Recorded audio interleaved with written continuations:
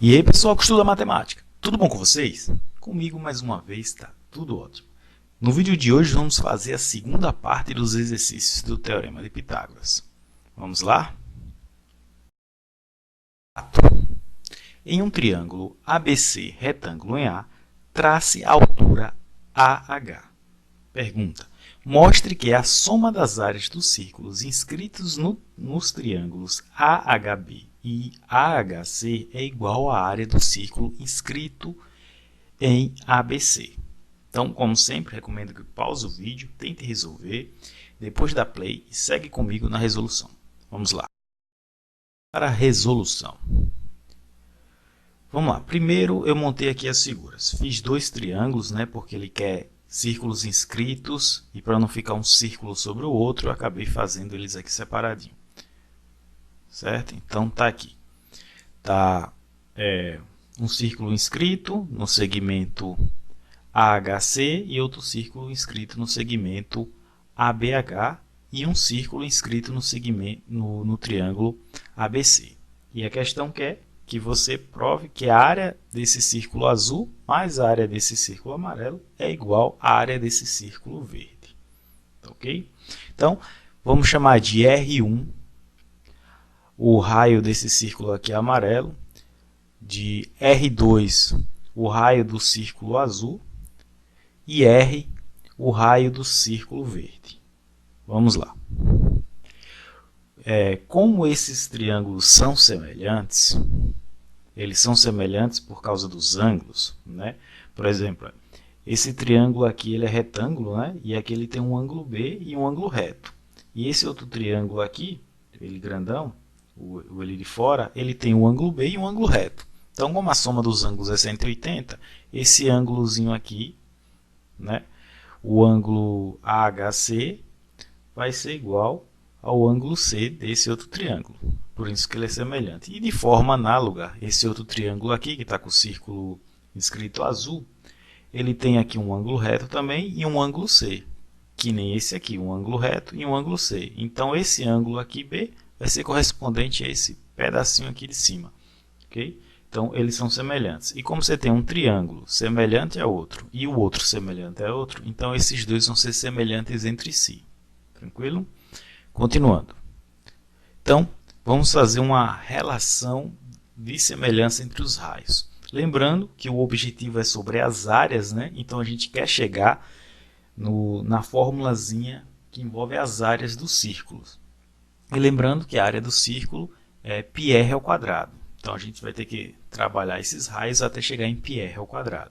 Então a gente tem a relação que o raio 1 sobre o segmento C, que é a hipotenusa, né, desse triângulo, está relacionado ao raio 2 sobre o segmento B, que é a hipotenusa do outro triângulo, assim como o raio R está relacionado ao segmento de medida A, que é a hipotenusa desse outro triângulo. Okay? Então, como a gente quer chegar em πr ao quadrado, vamos trabalhar aqui esses raios, né? Primeiro elevamos ele ao quadrado, para ficar r ao quadrado, r1 ao quadrado, r2 ao quadrado e r ao quadrado. Lembrando que quando você eleva uma fração ao quadrado, tem que elevar o denominador também. Então, você vai ficar c ao quadrado, b ao quadrado e ao quadrado. E por fim, para ficar πr ao quadrado, é só multiplicar por π, né? Então, vai ficar πr ao quadrado 1, πr 2 ao quadrado e πr ao quadrado. Perfeito. Agora, observe que aqui embaixo a gente tem o segmento C ao quadrado, B ao quadrado e A ao quadrado. E como se trata de um triângulo retângulo, a gente, obviamente, percebe que a gente vai usar o Teorema de Pitágoras, que diz que A ao quadrado é igual a B ao quadrado mais C ao quadrado. Então, como isso aqui é verdade, certo?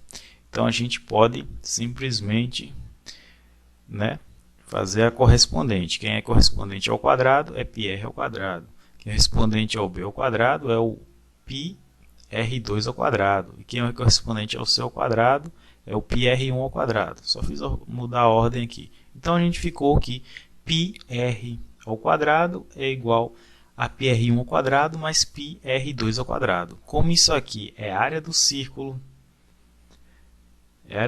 grande, é a área do o raio 1, que é o verde, é a área do círculo amarelo, e aqui é o raio a área do círculo azul. Então está provado, né, que o círculo verde, a área do círculo verde, é igual à soma da área dos outros dois círculos.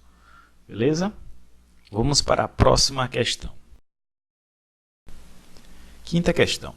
A figura abaixo mostra dois quadrados de lado B, aqui tem um quadrado de lado B, e outro quadrado de lado C. Use áreas para uma outra demonstração do Teorema de Pitágoras. Então, está aqui essa figura, pause aí, tente demonstrar o Teorema de Pitágoras baseado nela e segue comigo a resolução. Né? Primeira coisa que eu fiz aqui foi nomear, né? Chamei esse vértice de A, esse de B, esse de C, esse de D. E esse lado aqui, como é um quadrado, né? Ele tinha lado C, então botei lado C. Ok? Pronto. E aqui eu chamei de E, esse ponto aqui. Porque aqui é como a gente quer provar o Teorema de Pitágoras, vamos ter que montar triângulos aqui nessa figura, né? Para poder usar o Teorema de Pitágoras. Então, observa aqui que a gente vai ter um trapézio de vértice A, B, C e D. Esse trapézio que vem aqui descendo por essa linha. E esse trapézio ele é formado por três triângulos.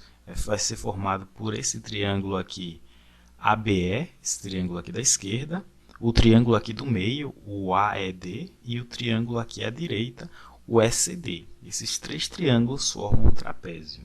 Como a gente sabe como calcular área de triângulo e área do trapézio, a gente pode relacionar elas. Mas antes, vamos dar nome aos segmentos que está faltando, né? A gente sabe que o segmento BE, que vai daqui, ele é igual ele tem medida C, certo? E a gente sabe que o segmento BC, ele tem medida B mais C. Por quê? Olha, BC vai até aqui, né? E esse pedaço aqui, de B até aqui, é o lado do quadrado de lado B, né? Então, se aqui é B também. Então, BC vai ser B, mais esse pedacinho aqui C. Tá ok? Aqui era para ser um C minúsculo vermelho. Erro na hora de digitação. Enfim, então, renomeamos. Aqui vai ficar com medida B, certo? Então, o segmento EC vai ser B, porque eu tenho esse pedacinho aqui que é C. Então, como aqui a gente viu que é o lado B mais esse pedaço C, então aqui tudo é B mais C. Então, se aqui também é C, então, logicamente, esse daqui até aqui vai ser B. Beleza? Vamos continuar. Então, outra coisa, eu vou chamar o segmento AE de A. E, por semelhança, o segmento ED vai ser A também. Observe que a gente vai ter a semelhança desse triângulo aqui à esquerda com o triângulo à direita. Porque esse triângulo à esquerda ele tem um cateto medindo B e outro cateto medindo C. Já esse aqui, ele tem esse cateto medindo B, né, que a gente viu agora, que o EC é igual a B, e tem esse cateto C. Então, você tem dois lados iguais. E se a hipotenusa desse A, então a hipotenusa desse aqui vai ser A também. Tranquilo? Continuando. Então, né, vamos fazer essas relações de área que a gente viu aí. Os três triângulos, né, a área do triângulo base vezes a altura dividido por 2, então desse triângulo à esquerda aqui. O triângulo do meio, os dois catetos é A, então vai ser A vezes A dividido por 2, A ao quadrado sobre 2. E esse outro triângulo aqui vai ser B vezes C dividido por 2. Pronto. Aí, observe que é a área que forma esse trapézio, né? A soma desses três triângulos é igual ao trapézio. Eu poderia usar a forma do trapézio, mas eu preferi dividir esse trapézio em duas figuras. Um retângulo aqui, você vê que eu passei um traço aqui, formando esse retângulo, e aqui em cima vai ficar um triângulo, o triângulo A daqui até o D. Então, por quê? O retângulo é bem fácil de calcular a área, né? É base vezes altura, ou seja, C vezes C mais B, que aqui é a base, né? Toda, daqui vai até C mais B. E a altura dele é C, desse retângulo. Mais a área agora desse triângulo aqui de cima. Então, a área desse triângulo, a altura dele, se daqui até aqui mede B, e eu tirei um pedaço aqui C, né? Que só ficou esse pedacinho aqui de cima. Então, cortei um pedaço C daqui, então a altura dele vai ser B menos C. Vezes a base é daqui até aqui, ou seja, B mais C, ou C mais B, certo? Dividido por 2. Então, aí a gente está com as formulazinhas, agora é só desenvolver. Então, eu repeti esse lado e fiz aqui, desenvolvi esse lado aqui que é mais trabalhoso. C vezes C dá C ao quadrado, certo? C vezes B dá CB. Ok, aí eu já peguei, para ganhar tempo, como aqui era dividido por 2, aqui embaixo é 1, então passa esse 2 aqui, já tirando o MMC, né? E aí aqui vai ficar vezes 2. Então, como era C ao quadrado, vezes 2 vai ficar 2C ao quadrado. E aqui era BC, vezes os 2 daqui vai ficar 2B ao quadrado. Já tirando o MMC, né? Que divide pelo de baixo, que é 1, e vezes o de cima vai ficar vezes 2. Ok. E agora esse lado aqui. É B vezes C, B vezes B, que vai dar B ao quadrado, menos C vezes C, menos C ao quadrado, e menos C vezes B, menos 6B. Agora, como está tudo no denominador 2, eu posso cortar e organizar esse troço aqui. Então, como é que eu vou organizar? Aqui eu tenho A ao quadrado e eu tenho BC mais BC. Então, eu tenho 2BC, certo? O C ao quadrado, aqui eu tinha 2C ao quadrado desse lado e aqui eu tinha menos C ao quadrado. Então, vai ficar só C ao quadrado. Aqui eu tinha 2BC. E aqui eu tinha BC menos CB, que é a mesma coisa, né? Então, esse cancela com esse e vai sobrar só o 2BC. E aí sobrou o B ao quadrado, ok? Então, ficou aqui reduzido. E a gente vê que dos dois lados a gente tem 2BC. 2BC. Então, a gente pode subtrair dos dois lados 2BC. E aí vai sobrar A ao quadrado igual a B ao quadrado mais C ao quadrado. A ao quadrado igual a B ao quadrado mais C ao quadrado é o teorema de Pitágoras. Vamos para a sexta e última questão desse vídeo. Os lados de um triângulo medem 3, 4 e x. Determinem para que valores de x esse triângulo é obtusângulo. Vamos lá? Primeiro, como se trata, está falando de um triângulo, né? Então vamos fazer a causa de existência de um triângulo. Em um triângulo, um lado deve ser menor que a soma dos outros dois lados. Então, você pegar qualquer lado, ele tem que ser menor que a soma dos outros dois, senão você não consegue formar um triângulo. Então, a gente tem o lado x tem que ser menor do que a soma dos outros lados, 3 e 4. A gente tem também que o lado 4 tem que ser menor que a soma dos outros dois, 3 mais x.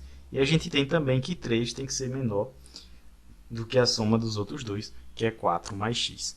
E aí, resolvendo isso aqui, né? 3 mais 4 vai dar 7, ou seja, x tem que ser menor que 7. Ali a gente tem o 3, subtraindo o 3 dos dois lados, vai ficar x maior que 1. E de lá, subtraindo 4 de ambos os membros, 3 menos 4 vai ficar menos 1. E x tem que ser maior que 1. Então, fazendo a interseção disso aí, a gente tem que x tem que estar no intervalo entre 1 e 7. X tem que ser maior que 1 e menor que 7, certo? Porque ali está dizendo que x é maior que menos 1 e x maior que 1, né? Então, se ele é maior que 1, já é maior que menos 1, ok? Então, vamos continuando. Agora, né, deixa ela salva, essa inequação aí. E vamos agora para a questão que ele quer que o triângulo seja obtusângulo, né? Lembra que o teorema de Pitágoras, a hipotenusa ao quadrado é igual à soma dos catetos, vale se o triângulo for retângulo. Então, né, trocando a igualdade por uma inequação, vai servir para quando o triângulo for obtusângulo. Então, em vez de ser igual, a gente vai usar o sinal de maior que. Okay? Então, vamos supor, né, porque a gente tem x e não sabe qual é o maior lado, para ficar no lugar da hipotenusa, né, que a hipotenusa é o maior lado. Então, vamos supor que x seja esse maior lado. Então, a gente vai ter que x ao quadrado vai ser maior que 4 ao quadrado mais 3 ao quadrado. E aí, 4 ao quadrado é 16, 3 ao quadrado é 9, somando dá 25. Tirando esse quadrado aí, passando em forma de raiz de 25 é 5. Então, a gente tem que, se x for o maior lado, x tem que ser maior que 5. Deixa salvo isso aí. Agora, se x não for o maior lado, os outros lados têm medida 3 e 4. Então, 4 seria o maior, né? Então, Se 4 for o maior lado, a gente vai ter que 4 ao quadrado vai ser maior que x ao quadrado mais 3 ao quadrado. 4 ao quadrado é 16, 3 ao quadrado é 9. Subtraindo 9 dos dois lados, né, vamos ter 16 menos 9, que dá 7, ou seja, x tem que ser menor que 7. E aí, se está ao quadrado, né, eliminando esse quadrado, passando a raiz de 7. Então, a gente tem que x tem que ser menor que raiz de 7. Então, vamos analisar os dois casos, né? X tem que estar no intervalo entre 1 e 7, só que tem uns dois casos, que a gente não sabe o valor de x. Se x for maior, além de x estar no intervalo entre 1 e 7, x tem que ser maior que 5. Então, x vai ter que estar no intervalo entre 5 e 7.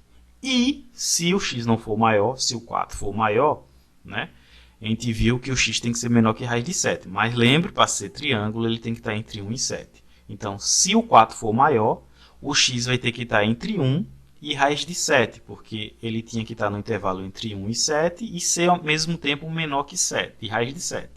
Beleza?